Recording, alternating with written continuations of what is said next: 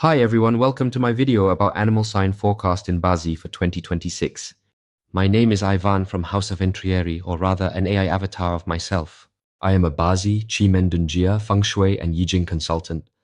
In Chinese metaphysics, there are 12 animal signs in total, and each year one of them takes the lead.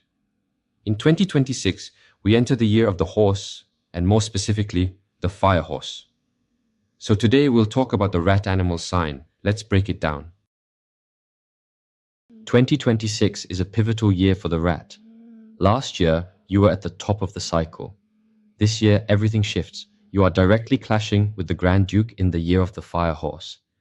In BaZi, this is what we call a year breaker. Now, this doesn't mean something bad is happening to you. It means change is being forced. Things that no longer work will start to show cracks. Old systems, old habits, even parts of your identity. They won't hold the same way anymore. So the real question this year is simple. Do you adjust early, or do you wait until circumstances push you? The overall theme for 2026 is not comfort, it's preparation. This is not the kind of year where things just flow smoothly. Opportunities are still there, but only if you're ready to adapt. If you're waiting for the perfect timing or clarity before moving, you may feel stuck. This year rewards people who prepare, who train, who restructure. When pressure comes in, the rat needs to think strategically, not emotionally. Stability this year comes from deliberate decisions, not reactions. Now, when we look at authority and responsibility, there are actually some opportunities here. You may be given more responsibility, new roles, new projects, leadership tasks. But here's the catch. The rewards may not come immediately. It can feel like you're doing more without getting more. But this is not wasted effort. This is a training phase. This is where you build capability, credibility, and exposure. At the same time, guidance will appear. Mentors, seniors, experienced people. But their advice may not always feel comfortable. Sometimes it challenges your assumptions. If you stay open, your learning curve shortens. If you resist, things tend to feel harder than they need to be. Career-wise, this is where things can feel unstable. The year breaker has a tendency to disrupt existing structures. Roles can change, teams can shift. Some people may even exit or be forced to move. If something collapses, it's usually not sudden. It means it has already reached its limit. Another thing that may happen is loss of support. People who used to back you may step away. Systems that used to work may stop working. You may find yourself in situations where your past experience doesn't carry the same weight. And this is where the real test comes in. Do you hold on to how things used to be, or do you adapt to what's required now? There's also a mental aspect here, the prison star. You may feel stuck, like you have no options, but most of the time, that feeling is coming from your own thinking. The moment you believe you have no choice, you stop looking for alternatives. This year, skills matter more than status. If you stay adaptable, you stay relevant. Now let's talk about money. Financial pressure is one of the main themes this year. It's not that money cannot come in, it's that money can leak out very easily. This includes not just spending, but also time, energy, and attention. So the key here is awareness. Track your expenses. Be clear where your resources are going. Avoid high-risk decisions. This is not the year for speculation, gambling-style investments, or taking unnecessary financial exposure. There may still be some support. Bonuses, small gains, unexpected income tied to your existing work. But this is more about maintaining stability, not aggressive growth.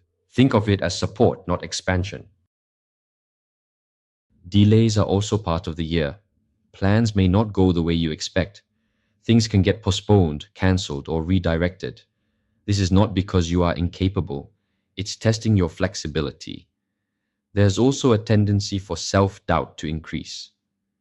You may start questioning yourself more than usual. So it becomes important to check your internal narrative. Not everything you think is accurate. Emotionally, this year can feel heavy at times. You may feel isolated or disconnected or just tired. Instead of suppressing it, process it. Because once it moves through, clarity returns. Also, be mindful of how you communicate. Sharp words, impulsive reactions, they can escalate situations very quickly this year. At the same time, Pay attention to physical safety. Small accidents can happen when you rush or lose focus. Slowing down helps reduce that risk. There's also something called month emptiness. What this means in simple terms is your emotional state may fluctuate. Some days you feel clear and motivated.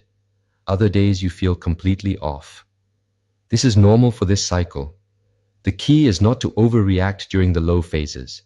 Don't make big decisions when your emotions are down. Use this as a strategy instead. Step back when needed. Avoid unnecessary conflicts.